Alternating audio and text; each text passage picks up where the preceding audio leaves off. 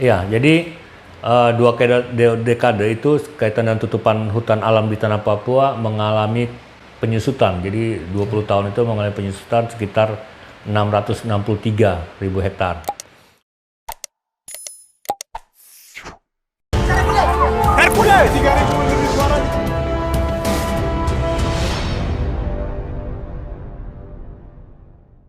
Salam jumpa lagi dalam channel Papua Insight.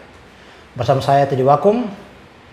Sahabat Papua Insight dimanapun berada, kali ini kita akan membahas tentang hutan alam Papua dalam proses penghancuran.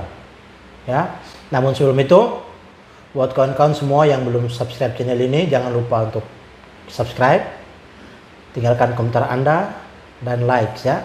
Dan bila perlu share video ini agar ini menjadi pengetahuan kritis bagi siapa saja. Nah, kali ini sudah hadir bersama saya Bung dan juga abang kita Wirya Supriyadi. Abang kita ini adalah aktivis lingkungan yang sudah bekerja ya dan punya pengetahuan yang sangat-sangat baik tentang hari ini kondisi tanah Papua dan alam Papua, hutan Papua. Seperti itu. Kak Wirya, selamat datang ya. Saya langsung strike ini pertanyaan pertama ya. Kawan-kawan aktivis lingkungan mengatakan bahwa hari ini Papua di dalam hutan alam Papua dalam proses penghancuran. Silakan. Baik, terima kasih. Ini proses penghancurannya tanda kutip. Oke. Bukan strike, menghancurkan gitu. Oke, seperti kita ketahui sebenarnya bahwa hutan tropis Papua itu hutan yang terbesar ya. Jadi setelah Kongo, terus di Amazon, dan terakhir di Papua, tanah Papua gitu. Dan kemudian ini hutan tropis terbesar yang kemudian memang situasinya memprihatinkan. Nah, biasalah kita biasa dengar istilah deforestasi gitu. Jadi berkurangnya tutupan hutan alami. Jadi memang ada hutan ya, ini kan terminologi yang digunakan gitu. Kalau masyarakat awam mungkin hutan ya seperti kita lihat pohon-pohon apa hijau gitu. Ya. Tapi kemudian di pemerintah tentu ada punya regulasi yang mengatur soal ini. Nah, kaitan dengan hutan alam yang sedang katakanlah ada menerima situasi yang kita perlu perhatikan sama-sama, memberi atensi sama-sama. Ya. Nah, kalau kita bisa lihat di beberapa rilis oleh teman-teman CSO itu kemudian begitu banyak sebaran-sebaran konsesi atau izin-izin perusahaan. Entah tambang, entah perkebunan skala besar, lalu kemudian juga HPH. Nah, karena kaitan dan itu sebenarnya di Papua itu sendiri hutan alam tersisa dari Papua dan Papua Barat, tanah Papua itu sekitar 33 juta hektar. Oke, tahan di situ. Saya ada punya satu video menarik ya,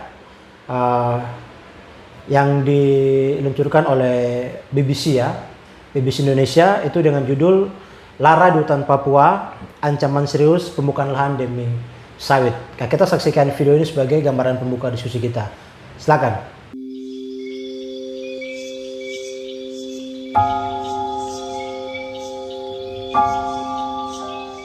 Papua adalah harapan terakhir hutan Indonesia. Tapi kini menjadi target ekspansi konglomerasi bisnis kelapa sawit. Saya menangis, saya sedih. Kenapa saya punya hutan alam Papua yang begini indah yang Tuhan ciptakan untuk kami. Kami jaga hutan ini dengan baik. Dan kami tidak pernah bongkar hutan. Tapi orang dari luar datang bongkar tuh. Buat saya tuh luka.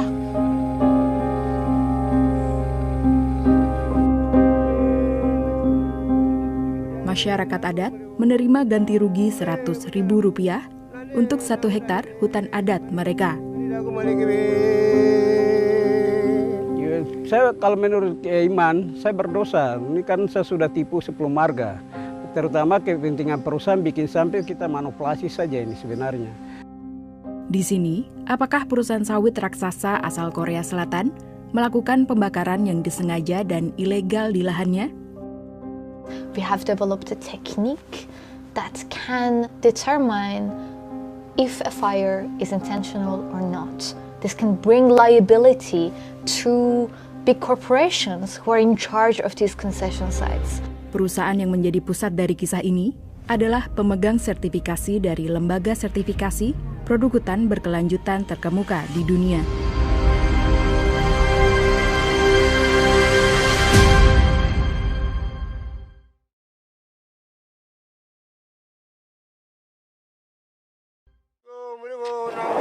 Hutan menjadi bagian tak terpisahkan dari kehidupan masyarakat adat Papua secara turun-temurun.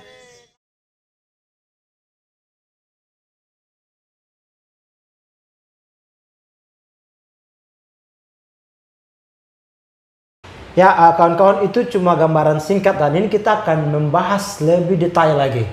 Jadi, ya biar lebih santai yang ya sambil ngopi kah atau sambil makan, tapi tetap kawan-kawan ikuti channel ini, ya. Silakan lanjut. Baik, sebenarnya film yang tadi ditunjukkan itu menunjukkan bagaimana eratnya korelasi antara masyarakat adat Papua ya, dengan hutannya. Bagaimana yang kaitan bahwa hutannya menjadi sumber kehidupan mereka dan mereka sangat tergantung dengan hutannya. Karena di hutan itu jadi sumber protein hewani, nabati, ya. Ada tempat-tempat katakanlah tempat moyang gitu. Nah, pun demikian ketika itu beralih fungsi misalnya dari hutan alam atau katakanlah masyarakat menganggapnya adalah hutan mereka, terus kemudian jadi perkebunan, tentu ini situasi yang akan merubah gitu dari sisi ekologis, dari kehidupan masyarakat adatnya, bahwa kemudian masyarakat adat menjadi katakanlah menerima dampaknya dan lingkungan juga terima dampak. Apa yang terjadi? Nah, itu yang kaitan dengan kalau misalnya teman-teman di beberapa tempat itu selalu mengatakan mereka diajak berdiskusi soal hutan mereka sebelum dan sesudah adanya investasi. Nah, mereka mengatakan misalnya katakanlah untuk daging, protein hewani itu daging entah babi, entah burung kasuari dan lain sebagainya, itu bisa diperoleh yang gratis. Oke. Gitu. Sayur-sayuran, tempat apa semua itu rata mereka peroleh gratis. Tapi ketika lahan itu berubah, jadi katakanlah seperti tadi perkebunan kelapa sawit, tentu mereka mengalami dampaknya. Dampak katakanlah sekarang ya agak sulit lah mencari hewan buruan gitu. Dan beberapa tempat moyang juga di beberapa lokasi itu juga digusur. Jadi memang tidak semua, ada beberapa wilayah-wilayah yang tetap ada eksis di lokasi-lokasi tersebut, tempat-tempat keramat tentu akan terlindungi. Namun ada beberapa juga yang harus terpaksa dibongkar. Nah, itu tentu membuat kondisi masyarakat adat kalau kita mungkin yang ini namanya shock gitu, kaget. Ya. Bayangkan, yang dulunya hutan alami, udara segar terus berubah, terus dulu bisa berburu, bisa mencari aksesoris budaya, obat-obatan alami, daun-daun herbal, dan berubah semuanya. Jadi seperti itu. Oke, kita lanjut lagi ke awal tadi bahwa mengapa sampai bisa dikatakan bahwa hutan alam Papua dalam proses penghancuran? Iya, karena kembali lagi ke tadi di awal bahwa kemudian banyaknya investasi di Papua dan yang menggunakan atau memerlukan lahan skala besar. Jadi bukan lahan 10 hektar, 2 hektar, ini ribuan hektar gitu. Ya. Nah, ini yang membuat situasinya hutan alam di Papua tentu mengalami ancaman. Misalnya kemarin itu ada sebuah koalisi yang merilis data, kemudian menyampaikan bahwa di tanah Papua itu ada menyusut sekitar 663.000 hektar. Oh. 663.000 hektar. 600 ya. Jadi ada koalisi yang menyampaikan data kaitan dengan penyusutan atau terjadi deforestasi itu 663.000 hektar. Ya, jadi 2 dekade itu kaitan dengan tutupan hutan alam di tanah Papua mengalami penyusutan. Jadi 20 tahun itu mengalami penyusutan sekitar 663.000 hektar. Nah, 29% itu kurun waktu 2001 sampai 2010. Sedangkan dari 2011 sampai 2011 itu 71% gitu. Tapi kalau ditotalkan semua rata-rata terjadi deforestasi itu sekitar 34.000 hektar sekian per tahun. Itu 34.000 hektar itu per tahun. Per tahun. Itu untuk sawit tok aja atau HPH dan juga untuk tambang. Sebenarnya sini lebih fokus ke perkebunan skala besar itu. Perkebunan skala besar itu. Oke. Jadi ini cuma untuk khusus perkebunan ya. Ini datanya belum termasuk HPH dan juga dengan tambang. Benar. Luar biasa. Itu 34.000 per tahun. Silakan. Nah, itu juga yang membuat situasi ini memprihatinkan. Jadi bahwa di sisi lain misalnya di awal seperti saya sampaikan, hutan Papua ini hutan tropis terakhir. Kemudian ini sudah mulai dirongrong atau digerogoti pelan-pelan eksistensinya dari hutan alam Papua. Nah, ini yang cukup ada perlu sikap kita bersama untuk merespon situasi ini gitu, bahwa kita kemudian harus kalau serius menyelamatkan hutan tropis Papua, mari kita lakukan gitu. Secara individu, berkelompok dan lain sebagainya. Karena termasuk juga pemerintah juga harus diajak ini. Karena kita tahu bahwa izin itu dikeluarkan oleh pemerintah. Ya. Benar. Seperti begitu. Jadi pemerintah juga harus diajak nih. Jangan dia cuma berikan izin kemudian dia nggak tahu kemana begitu. Benar. Silakan, lanjut. Iya, tentu saja itu yang semua pihak jadinya memang harus kita punya komitmen bersama untuk menyelamatkan hutan tropis di tanah Papua itu. Tidak bisa CSO saja atau kelompok mahasiswa atau kelompok yang peduli lingkungan itu secara parsial, tapi harus inklusif untuk menyelamatkannya secara bersama-sama gitu. Nah, ini yang cukup memprihatinkan. Jadi memang juga saya pikir ada beberapa hal lainnya yang juga turut mempengaruhi. Misalnya juga ada program strategis nasional, misalnya kalau tidak salah food estate itu termasuk ada di Papua. Itu juga kalau saya keliru, silakan dikoreksi, itu butuh lahan sekitar 3,2 juta hektar. Yang di Merauke itu ya? Ya, di daerah selatan sebenarnya. Ada itu ya. Mive yang sebelumnya. Oh. Ini ada food estate lagi. Berarti baru lagi nih? Baru. Wish. Ya. Wow, gitu. Berarti memang benar-benar kita dalam ancaman ini, Pong. Iya, jadi food estate itu. Hutan Papua dalam ancaman ini. Jadi itu ada di Kalimantan Tengah, Sumatera Utara, Sumatera Selatan, NTT, dan Papua. Nah, ini yang tentu di Papua juga kita harus memperhatikan dengan baik, dengan jeli gitu, kebijakan ini. Jangan ini juga nanti saya pikir sangat nanti mempengaruhi dengan luasan hutan alam yang ada di Papua gitu. Ini lahan besar ini. Kalau kecil saya pikir kita juga akan bisa inikan dengan baik, tapi ketika ini jadi besar, tentu ini jadi tantangan kita bersama dalam yang kembali yang tadi saya sampaikan, kita mau tidak bersama-sama menyelamatkan hutan tropis Papua ini. Ya. Saya pikir sangat-sangat menarik gitu. Kalau dari pengalaman Bang Wirya sebagai aktivis lingkungan, perusahaan dia masuk, apakah dia memenuhi misalkan standar harus sudah sesuai dengan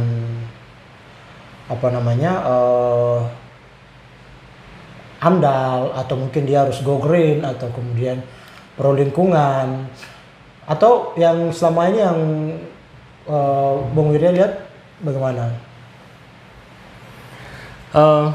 Sebenarnya itu harus dilakukan kajian secara baik ya, mendalam, karena kemudian tidak bisa secara parsial melihatnya, tapi harus menyeluruh secara holistik itu, yang kaitan dengan perizinan. Tapi sebenarnya yang di sini adalah bagaimana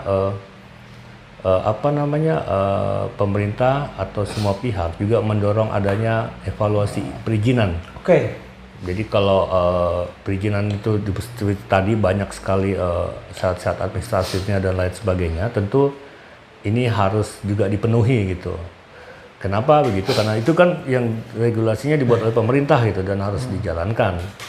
Nah, itu menjadi penting. Jadi review izin itu entah di sektor perkebunan skala besar, lalu tambang maupun HPH, sehingga dari review izin itu kemudian baru bisa terlihat gitu. Apakah sebuah perusahaan A, B dan C misalnya memenuhi syarat atau tidak, dan bagaimana dengan soal kaitan dengan syarat-syarat administrasi yang lainnya, apakah lengkap atau tidak. Nanti setelah itu tentu kemudian ada rekomendasi-rekomendasi yang perlu saya pikir juga pasti ada dan ditindaklanjuti nantinya. Oke. Ini saya kembali lagi, kita bicara masalah penghancuran hutan Papua. Kita tahu dalam hutan alam Papua itu kan ada masyarakat adatnya. Dan kebanyakan masyarakat adat kan dia mengambil pohon atau menebangkan itu kan sesuai dengan kebutuhannya dia. Tapi ketika perusahaan masuk, ini perusahaan kemudian dia membabat habis lahan atau konsesi yang diberikan izin oleh pemerintah kepada perusahaan-perusahaan tersebut. Dari pengalaman yang Bung Wirya lihat sendiri di Papua ini sendiri, itu apakah kemudian perusahaan-perusahaan ini mereka masuk itu mereka kemudian memperhatikan masyarakat yang ada di sekeliling atau lingkungan yang di sekeliling, atau bagaimana, atau mereka menjadi ancaman yang serius untuk masyarakat adat itu sendiri? Baik, situasi itu sebenarnya kalau saya lihat dari Sorong misalnya, terus ke daerah Manokwari, Nabire, Sarmi, terus Bovendigul sampai Merauke, Kerom misalnya, itu yang kemudian situasi masyarakat adat tentu sangat terdampak gitu kan dengan adanya itu. Pelepasan misalnya kawasan tersebut, yang pertama mereka punya adalah hutan, terus kemudian menjadi sebuah perkebunan monokultur. Nah, apa yang terjadi di masyarakat adat ini tentu berdampak sekali dengan semuanya. Jadi bukan soal yang kaitan dengan kepemilikan tanah yang tenor itu jadi konflik, tapi juga kemudian mereka mempunyai, seperti tadi saya sebutkan, ada shock, ada keterkejutan dengan situasi yang berubah. Begitu. Nah, sebenarnya yang disebut penghancuran itu di beberapa rilis misalnya ada penghancuran kesepakatan rahasia. Kalau nanti penonton sudah pernah membacanya, itu juga di situ dijelaskan sebagaimana apa yang terjadi sebenarnya itu, walaupun mengambil skop di sebuah kabupaten di bagian selatan Papua, tapi di situ dijelaskan dengan detail misalnya bagaimana ada upaya-upaya dari sebuah perusahaan misalnya yang kaitan dengan dugaan-dugaan yang kemarin itu misalnya soal izin. Ada dugaan temuan izin yang bermasalah misalnya. Nah, tentu misalnya kembali ke masyarakat adat, ini yang terdampak tentu kelompok rentan itu, ke perempuan dan anak. Seperti kita ketahui bersama, misalnya kelompok perempuan dan anak itu tentu mereka sangat terdampak sekali. Pemenuhan gizi misalnya, jadi bagaimana misalnya masyarakat adat itu waktu hutannya ada, terus mereka gizinya terpenuhi dengan baik karena ada situasi yang mendukung, misalnya hewan buruan dan lain sebagainya. Ketika itu berubah, tentu mereka akan kesulitan memenuhi itu. Nah, gizi kepada perempuan tentu akan nanti ya kalau perempuan misalnya mengandung, punya anak kan, itu juga tentu akan berpengaruh kepada anak-anak mereka nantinya. Kita bicara masalah penghancuran hutan alam Papua. Apakah ancaman terhadap penghancuran hutan alam Papua ini dia menyeluruh di semua kabupaten kota yang ada di baik Provinsi Papua dan Papua Barat, atau bagaimana Bung Wirya melihatnya? Sebenarnya kalau yang kemarin teman-teman dari koalisi itu, kalau data mereka ya merata sebenarnya seluruh tanah Papua. Bahkan dari data yang mereka rilis itu ada 20 kabupaten. Dari Papua dan Papua Barat, jadi 83% itu terjadi. Bahkan yang 3 besar sebenarnya itu di daerah selatan Papua itu ada 2 kabupaten atau 3 kabupaten. Jadi memang besar sekali deforestasinya. Jadi ini yang cukup memprihatinkan gitu. Nah, kalau ini terus terjadi, tentu kan ini akan kalau misalnya ada katakanlah situasi yang tadi tanda kutip penghancuran semua, itu berproses pelan-pelan itu. Nah, tentu ini akan kalau ada perubahan-perubahan itu misalnya perubahan kaitan dengan tutupan hutan alam itu tentu akan berdampak ke masyarakat dan lingkungan setempat. Nah, ada yang disebut nanti juga bencana ekologis misalnya. Oke. Jadi menarik. Apa sih bencana ekologis itu? Iya, karena memang ketika terjadi kerusakan di sistem ekologinya, jadi sudah tidak ada keseimbangan itu kan. Oh ya, apa ya istilahnya itu? Simbiotis mutualisme itu kemudian terkat. Ya, apa rantai atau jaring-jaring makanan? Sebenarnya sudah ada rantai yang makanan situasi itu yang normal itu kan. Iya. Sebuah ekosistem tapi kemudian terganggu. Nah, ketika ekologisnya mulai gangguan tentu akan punya dampak. Nah, misalnya di beberapa tempat itu banjir, gitu. Jadi ada beberapa pihak yang mengatakan ini banjir akibat adanya dugaan pembukaan lahan, misalnya adanya investasi perkebunan skala besar dan lain sebagainya. Tapi bagaimanapun ini tentu, misalnya gini juga, kaitan dengan deforestasi, tutupan hutan alami yang berkurang. Ini kan dalam situasi misalnya di mana sebenarnya bahwa situasi yang climate change ini, perubahan iklim, pohon itu kan menyerap CO2. Tapi ya itu sebenarnya saya berharap bahwa penyelamatan hutan alam di tanah Papua ini itu dilakukan oleh semua pihak gitu, harus dipertahankan. Kalau dulu pernah membahas RT/RW itu kan ada komitmen dari pemerintah, misalnya pemerintah provinsi kan, hutan lindung dan itu bagaimana tuh? Coba dijelaskan dulu. Kalau itu memang saya pikir, kalau saya tidak terlalu banyak terlibat dengan RT/RW, tapi kalau lihat komitmennya misalnya itu harus dipertahankan, itu soal komitmen pemerintah provinsi Papua. Itu komitmen sih, tapi sepertinya itu mimpi di siang bolong itu. Ya, itu tugas bersama bahwa kemudian teman-teman CSO. Di satu sisi dia bicara mempertahankan, tapi izin terus diberikan, kan sama saja mimpi itu. Nah, itu yang tadi kembali ke awal saya bilang. Ini harus ada komitmen juga dari semua pihak kan, harus diperjuangkan bersama. Tidak bisa misalnya teman-teman CSO sendiri, terus aktivis lingkungan yang individu sendiri, jadi organisasi ini sendiri, tapi harus semua. Kita sama-sama. Kampanyenya selamatkan hutan Papua, yang lain sibuk tanam pohon, yang lain bilang kampanye selamatkan, izinnya dikeluarkan, bahkan izin yang dikeluarkan kan sampai berskala ratusan ribu hektar ya. Sedangkan kalau kita penanaman hijauan penghijauan kembali, penanaman kampanye penanaman hutan pas cuma 1.000-2.000 pohon, ternyata ada yang jauh lebih rusak ya, skalanya lebih besar daripada itu. Ya memang pentingnya, saya pikir semua pihak ya, terutama saya pikir pentingnya pemerintah, karena pemerintah sebagai aktor yang memberikan izin ini harus kita evaluasi bersama. Silakan lanjut Bung Wira. Ya tentu soal kaitan izin harus direview ya, semua pihak harus sama-sama duduk melakukan itu kan. Sabar, kemarin yang didorong review perizinan di Provinsi Papua itu bagaimana untuk kelanjutannya? Review yang mana? Review perizinan izin sawit yang dilakukan yang didorong oleh kawan-kawan koalisi, kalau saya nggak salah, koalisi penyelamatan sumber daya alam Papua itu. Oh ya, saya pikir itu menarik. Nanti ada yang bisa menceritakan bagian itu. Iya. Soal review. Karena sampai sekarang saya belum dengar ada review perizinan seperti begitu. Silakan.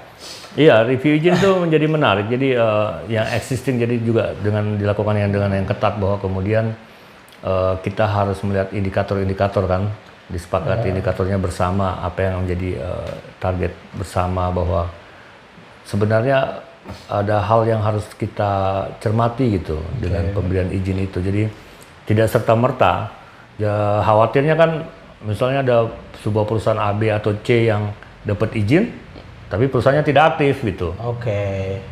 Tidak aktif, jadi cuma menguasai tanah. Nah, ada kecenderungan kalau saya amati, mungkin juga ada yang setuju dan tidak setuju. Misalnya ternyata perusahaan-perusahaan itu cuma ambil kayu merbau. Dia bilang kayu apa? Kayu besi. Tebang-tebang, tapi kemudian tidak dilanjutkan lagi. Misalnya dia dapat untuk perkebunan skala besar kan gitu. Jadi ditinggal. Nah, ini yang harus sebenarnya juga jadi perhatian semua pihak gitu. Nah, saya berharap pemerintah, saya selalu tekankan terhadap pemerintah, karena pemerintah yang punya wewenang di sini. Ya, memang berharap bahwa nanti ada review izin, terus ada hasilnya, kemudian kalau tanah-tanah itu masyarakat adat punya, ya dikembalikan ke masyarakat adat. Do yang punya jadi. Harus kembali ke dorang, bukan lagi membuat sebuah katakanlah izin baru atau dikeluarkan izin baru untuk perusahaan yang lain. Apalagi kita tahu bahwa proses pelepasan ya, misalkan izin prinsip dari masyarakat ke pemerintah itu kan banyak sekali kita temukan bahwa terjadi pelanggaran di sana, ya. Ada masyarakat yang tidak tahu tiba-tiba tanah adatnya sudah diambil saja begitu, dan ada klaim-klaim bahwa itu sudah diberikan oleh masyarakat, padahal masyarakat sendiri mengatakan bahwa kami tidak tahu. Itu cuma 1-2 orang yang kemudian mengatasnamakan suku dan lain-lain. Nah, ini persoalan yang terjadi di Papua. Oke, kita lanjut lagi bicara masalah hutan alam Papua dalam proses penghancuran. Bung Wirya sendiri melihat apakah ada rasa optimisme bahwa kita mampu untuk, saya bilang apa, menekan lajunya proses penghancuran hutan alam Papua.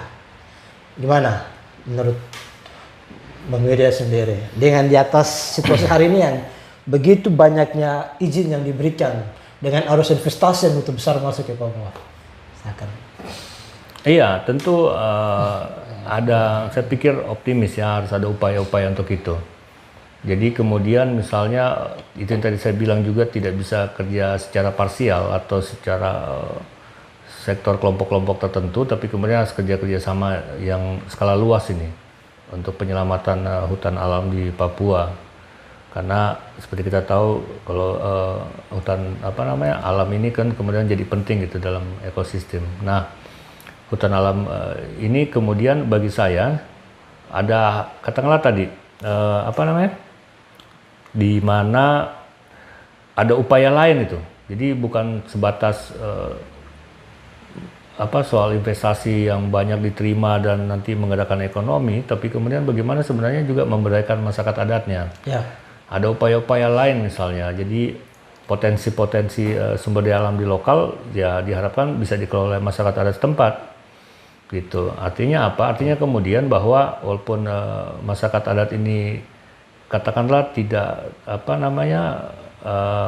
dituduh sebagai yang melakukan illegal logging apa semua misalnya, tapi kemudian mereka punya situasi ekonomi mata pencarian alternatif.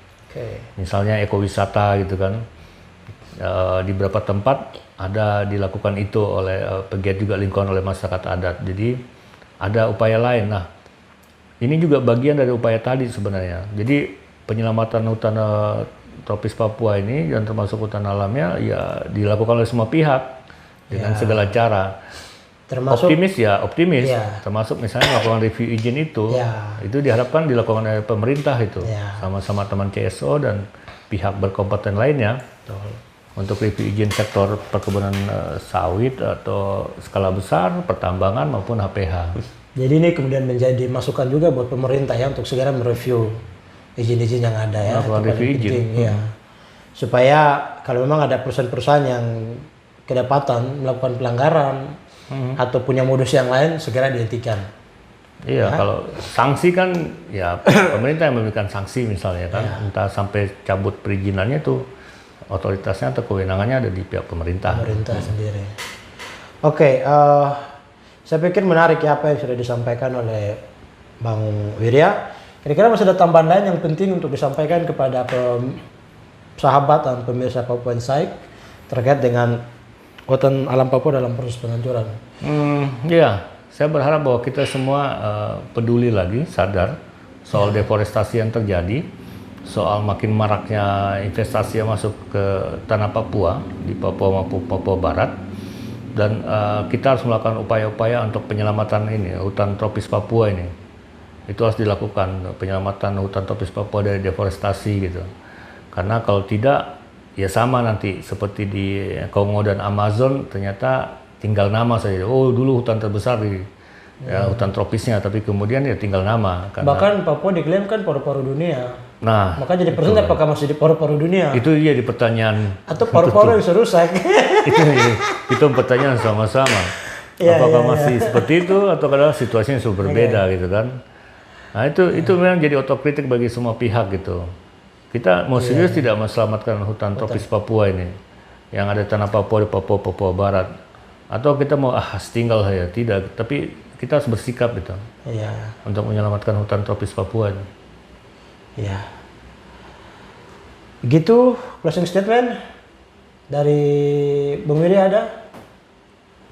Ya, saya harap penonton di mana saja Anda berada, mulailah kita untuk mendiskusikan soal situasi masyarakat Papua yang terdampak investasi.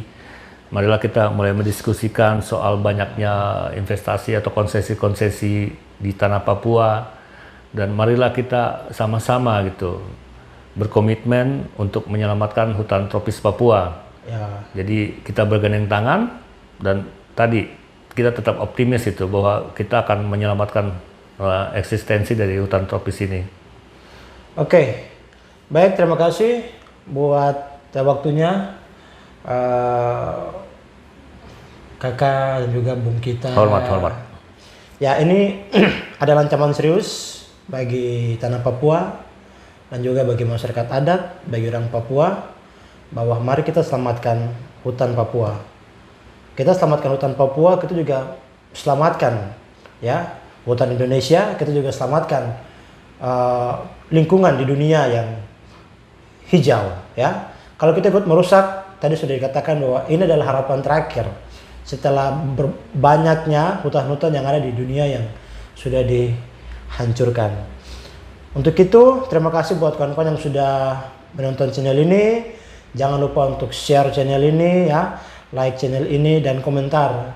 Saya kalau boleh saran, kawan-kawan bagikan channel ini kepada siapapun itu, biar ini menjadi pendidikan kritis ya kepada kita, agar kita menjadi pribadi yang ikut serta dalam mengkampanyekan dan juga ikut membantu share informasi yang baik untuk menjaga tanah Papua yang lebih baik dan go green tentunya. Mungkin begitu Bung Wirya. Sekali lagi terima kasih sudah bergabung. Sama-sama. Dan Papua Insight selalu membuka kesempatan kapan saja apabila ada ide-ide yang menarik yang perlu untuk memberikan pemahaman kritis kepada masyarakat. Papua Insight sangat-sangat siap. 1 kali 24 jam siap. Itu sudah komitmen dari Papua Insight. Terima kasih dan sampai jumpa. Bye. Sampai jumpa.